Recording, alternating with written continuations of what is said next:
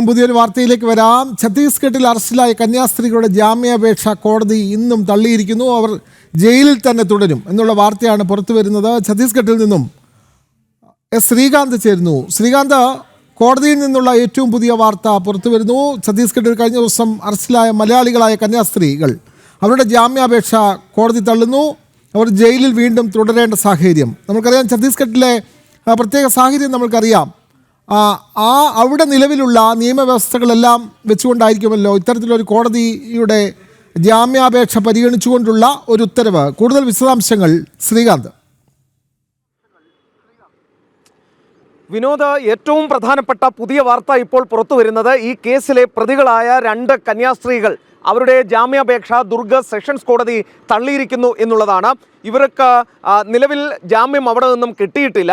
ഒരുപക്ഷെ ഈ സെഷൻസ് കോടതി ഈ കേസിന്മേൽ സെഷൻസ് കോടതിയിലേക്ക് എത്തിയപ്പോൾ അവരുടെ ജാമ്യാപേക്ഷ കോടതി തള്ളുന്ന സാഹചര്യമാണ് ഉണ്ടായത്. സ്വാഭാവികമായും ഇനി മേൽക്കോടതിയെ സമീപിക്കുക എന്നുള്ളത് മാത്രമാണ് ഇവർക്ക് മുന്നിലുള്ള ഏക പോംവഴി. അത് ഒന്നുകിൽ ഹൈക്കോടതിയായിരിക്കാം. പക്ഷേ അഭിഭാഷകൻ ചില സംശയങ്ങൾ പറയുന്നുണ്ട്. ഭിലായി മറ്റൊരു കോടതിയുണ്ട്, അവിടെ വീണ്ടും കൊടുക്കാൻ സാധിക്കും എന്നുള്ളൊരു കാര്യം അദ്ദേഹം പറയുന്നുണ്ട്. അതിൻ്റെ നിജസ്ഥിതി ഇനിയും ബോധ്യപ്പെടേണ്ടതും ഉണ്ട്. എന്തായാലും ഒരു കാര്യം ഉറപ്പിച്ച് പറയാം, ഈ കന്യാസ്ത്രീകൾക്കെതിരെ ചുമത്തിയിരിക്കുന്ന കുറ്റം അത് വളരെ ഗൗരവതരമായ കുറ്റമാണ്. അതിനാൽ തന്നെ അവർക്ക് ജാമ്യം നൽകാനാകില്ല എന്നുള്ളതാണ് കോടതി സ്വീകരിച്ച നിലപാട്. കോടതി ആ കേസ് എൻ്റർടൈൻ ചെയ്തില്ല എന്നാണ് മനസ്സിലാക്കുന്നത്. എന്തായാലും കന്യാസ്ത്രീകളെ സംബന്ധിച്ചിടത്തോളം അവർക്കെതിരെ കൃത്യമായ തെളിവ് പോലീസിന് കോടതി മുമ്പാകെ ഹാജരാക്കാൻ സാധിച്ചു. 15 ദിവസത്തേക്ക് ഇവരെ റിമാൻഡ് ചെയ്തു എന്നുള്ള വിവരം കൂടി ഇതിനൊപ്പം തന്നെ ഇവരെ കസ്റ്റഡിയിൽ വിട്ടിട്ടുണ്ട് എന്ന വിവരം കൂടി ഇപ്പോൾ പുറത്തു വരുന്നുണ്ട്. അതായത് കന്യാസ്ത്രീകൾക്ക് പൂർണ്ണമായും തിരിച്ചടിയാണ് ഈ വിഷയത്തിൽ ഛത്തീസ്ഗഡിൽ നിന്നും കിട്ടിയിരിക്കുന്നത്. ആരോപിക്കപ്പെട്ട കുറ്റം ഈ പിന്നാക്ക വിഭാഗക്കാരായ ആദിവാസി വിഭാഗത്തിൽപ്പെട്ട പെൺകുട്ടികളെ മതപരിവർത്തനം നടത്തുകയും ഹ്യൂമൻ ട്രാഫിക്കിങ്ങിന് മനുഷ്യക്കടത്തിന് വിധേയമാക്കുകയും ചെയ്തു എന്നുള്ളതായിരുന്നു ഇവർക്കെതിരെ ആരോപിക്കപ്പെട്ട കുറ്റം. ആ കുറ്റത്തിന്മേൽ അത് ഗൗരവതരമായ കുറ്റമാണ്. 10 വർഷം വരെ ശിക്ഷ ലഭിക്കാവുന്ന കുറ്റമാണ്. ഈ പശ്ചാത്തലത്തിലാണ് ഇവരുടെ ജാമ്യാപേക്ഷ തള്ളിയത്. കഴിഞ്ഞ ദിവസം BJP ഇടപെട്ടതിൻ്റെ അടിസ്ഥാനത്തിൽ സംസ്ഥാന സർക്കാർ ഇതിൽ ഒന്ന് അയഞ്ഞിരുന്നു. സംസ്ഥാന സർക്കാർ ജാമ്യം ലഭിക്കുന്നതിന് ആവശ്യമായ സഹായം ചെയ്ത് നൽകാം എന്നുള്ള നിലപാടിലേക്ക് എത്തിയിരുന്നു. പക്ഷേ കോടതിയിൽ നിന്നും തിരിച്ചടിയാണ് കിട്ടുന്നത്. കാരണം ഇത് വളരെ വലിയ ഗൗരവതരമായ കുറ്റം എന്ന രീതിയിലാണ് കോടതി കണ്ടിട്ടുള്ളത്. ഹ്യൂമൻ ട്രാഫിക്കിങ്ങും ആദിവാസി വിഭാഗത്തിൽപ്പെട്ട പെൺകുട്ടികളെ മതം മാറ്റാൻ ശ്രമിച്ചു എന്നുള്ളതും അത് കോടതി മുൻപാകെ അവർക്ക് തിരിച്ചടി നൽകുന്ന കാര്യമായിരുന്നു. നിലവിൽ ഛത്തീസ്ഗഡിൽ ജയിലിലുള്ള ഈ 2 കന്യാസ്ത്രീകളും ജയിലിൽ തന്നെ തുടരേണ്ടി വരും. അവരെ കസ്റ്റഡിയിലേക്ക് വിട്ടുകൊടുത്തു എന്നൊരു വാർത്ത വരുന്നുണ്ട്. അത് അല്പസമയത്തിനകം 5-10 മിനിറ്റിനകം നമുക്ക് സ്ഥിരീകരിക്കാനും കൂടി കഴിയും എന്നാണ് മനസ്സിലാക്കുന്നത്. ഒരു കാര്യം ഉറപ്പിച്ച് പറയാം, ഈ കേസുമായി ബന്ധപ്പെട്ട് ഇതിൽ മെറിട്ടുണ്ട് എന്ന് സെഷൻസ് കോടതിക്കും ബോധ്യപ്പെട്ടിരിക്കുന്നു. കഴിഞ്ഞ ദിവസം മജിസ്ട്രേറ്റ് കോടതിയും ഈ ജാമ്യാപേക്ഷ തള്ളിയതാണ്. ഇനി സ്വാഭാവികമായും നമ്മുടെ ഒരു അറിവ് വെച്ച് ഹൈക്കോടതിയിലേക്ക് പോവുക എന്നുള്ളതായിരിക്കും ഇവർ ചെയ്യാൻ ഉദ്ദേശിക്കുന്നത്. ശ്രീകാന്ത്, നമുക്കറിയാം ഛത്തീസ്ഗഡിൻ്റെ ഒരവസ്ഥ നമ്മൾ നോക്കുമ്പോൾ നിരവധി മാവോയിസ്റ്റ് ആക്രമണങ്ങൾ നേരിടുന്ന ഒരു സംസ്ഥാനമാണ്. സ്വാഭാവികമായും അവിടെ നിന്ന് ഒരു ജില്ലയിൽ നിന്ന് മറ്റൊരു ജില്ലയിലേക്ക് ആളുകളെ കൊണ്ടുപോകുമ്പോൾ തന്നെ കൃത്യമായ രേഖകൾ കയ്യിലുണ്ടാകണമെന്നൊരു നിയമമുണ്ട്. അപ്പോൾ സ്വാഭാവികമായും ഇത്തരം രേഖകൾ ഇല്ലാതെ പോയതാവാം ഈ കന്യാസ്ത്രീകൾ അറസ്റ്റിലാകുന്നതിനും ഇപ്പോൾ വീണ്ടും ജാമ്യം നിഷേധിക്കുന്നതിനും ഒക്കെ കാരണമായി വരുന്നത്. അത്തരം കാര്യങ്ങൾ കൂടി ആവില്ലേ ശ്രീകാന്ത്?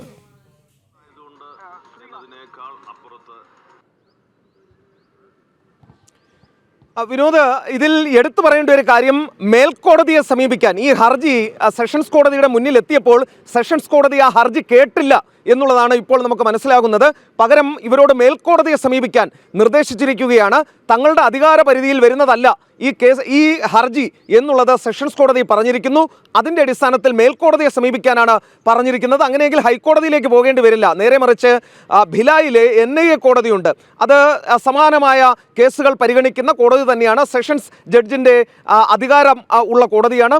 ആ കോടതിയിലായിരിക്കും ഇനി ഈ കേസ് വരാൻ പോകുന്നത്. ഹൈക്കോടതിയിലേക്ക് ഈ ഘട്ടത്തിൽ പോകേണ്ടി വരില്ല എന്ന് നമ്മൾ മനസ്സിലാക്കുന്നു. ഇന്ന് ദുർഗ് സെഷൻസ് കോടതിയിലേക്ക് ഈ ഹർജി വന്നപ്പോൾ തങ്ങളുടെ അധികാര പരിധിയിൽ വരില്ല, തങ്ങൾക്കിത് പരിഗണിക്കുന്നതിനുള്ള അധികാരമില്ല എന്ന് പറഞ്ഞുകൊണ്ടാണ് ഈ ഹർജി ഇന്ന് തള്ളുകയുണ്ടായത്.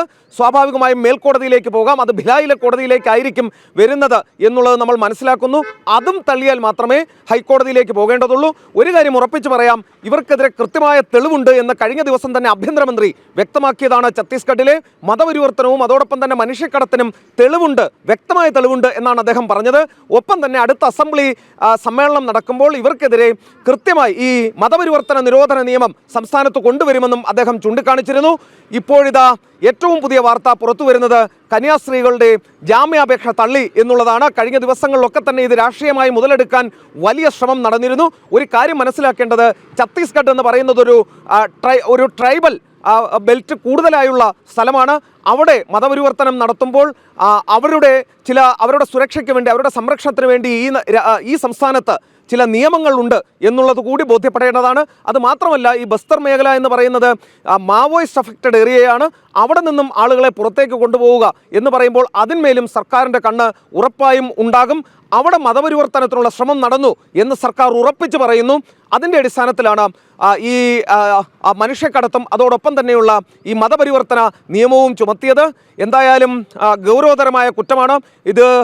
ഈ രാഷ്ട്രീയ മുതലെടുപ്പ് നടത്തിയ ആളുകൾക്കടക്കം ഇതിൻ്റെ ഗൗരവം ഇനിയും മനസ്സിലായിട്ടില്ല എന്നുള്ളതാണ് തോന്നുന്നത്. കാരണം ഇങ്ങനെ ഒരു കേസ് രജിസ്റ്റർ ചെയ്തിട്ടുണ്ടെങ്കിൽ ഈ ഛത്തീസ്ഗഡിലെ നിയമമനുസരിച്ച് ജാമ്യം കിട്ടുന്നതിന് വലിയ ബുദ്ധിമുട്ടായിരിക്കും. ഇവിടെ മതപരിവർത്തനം സ്വാഭാവികമായും നടന്നുകൊണ്ടിരിക്കുന്ന കാര്യം തന്നെയാണ്. കഴിഞ്ഞ കുറേയധികം നാളുകളായി ഇവിടെ മതപരിവർത്തനം നടക്കുന്നുണ്ട്. 1968 മധ്യപ്രദേശിൻ്റെ ഭാഗമായിരുന്നു ഈ സ്ഥലം മുഴുവൻ. ആ സമയത്ത് കോൺഗ്രസ് ആണ് ആദ്യമായി മതപരിവർത്തന നിരോധന നിയമം ഈ നാട്ടിലേക്ക് കൊണ്ടുവരുന്ന സാഹചര്യമുണ്ടായത്. കാരണം ആ ട്രൈബൽ ബെൽറ്റിലൊക്കെ തന്നെ അതിഭീകരമായ മതപരിവർത്തനം നടക്കുന്നുണ്ട് എന്ന് തിരിച്ചറിഞ്ഞതിൻ്റെ അടിസ്ഥാനത്തിലാണ് അങ്ങനെ ഒരു നിയമം കൊണ്ടുവന്നത്. ഇപ്പോഴിതാ ആ നിയമത്തിൻ്റെ കൂടി അടിസ്ഥാനത്തിൽ അവരെ പിടിക്കപ്പെട്ടിരിക്കുന്നു. അതിൻ്റെ അടിസ്ഥാനത്തിലാണ് അവർക്കെതിരെ മനുഷ്യക്കടത്തടക്കം ചുമത്തിയത്.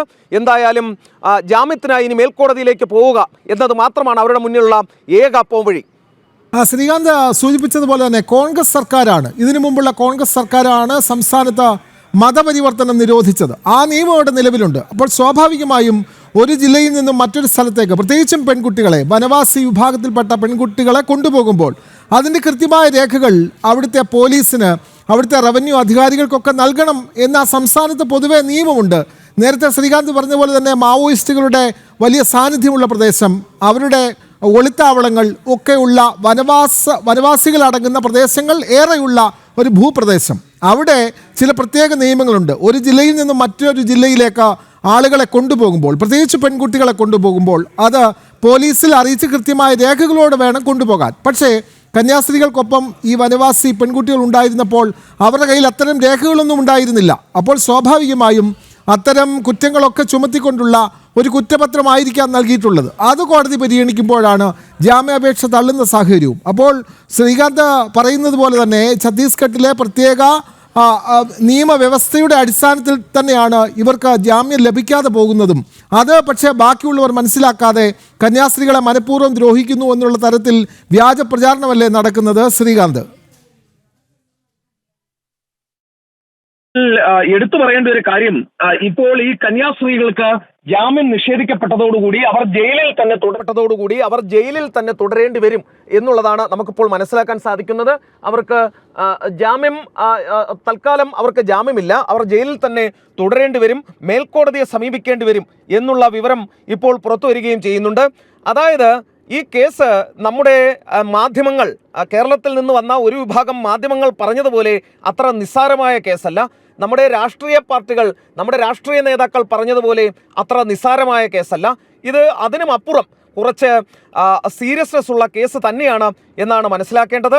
അതിനാൽ കൂടിയാണ് നിലവിലിപ്പോൾ സെഷൻസ് കോടതിയും ഈ കേസ് പരിഗണിക്കാതെ മേൽക്കോടതിയിലേക്ക് പോകാൻ ചൂണ്ടിക്കാണിച്ചിട്ടുള്ളത്. ഇനിയിപ്പോൾ മേൽക്കോടതിയിലേക്ക് പോകേണ്ടി വരും.